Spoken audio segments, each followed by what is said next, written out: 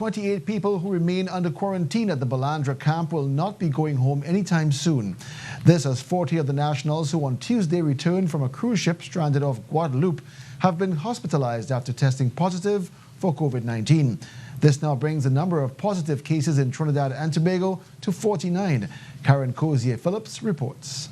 The number of persons who tested positive for COVID-19 in Trinidad and Tobago jumped by more than 3 dozen on Saturday. Of the 68 people tested, 40 of the 68 have tested positive for COVID-19.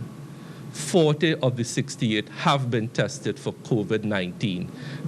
As a precaution, they were taken straight to the Cozier Hospital. They are generally not unwell. They have mild symptoms at this point, but because they belong to a high-risk group, we thought it best that they go to a tertiary care facility. Dr. Parasram promised that Camp Balandra has been sanitized for the remaining 28 persons. They will spend at least another 14 days in quarantine.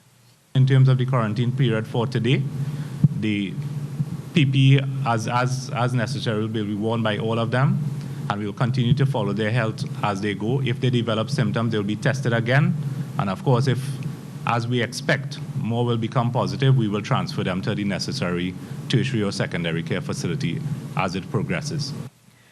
Meanwhile, the Ministry of Health is expanding its testing for COVID-19 to include its essential staff.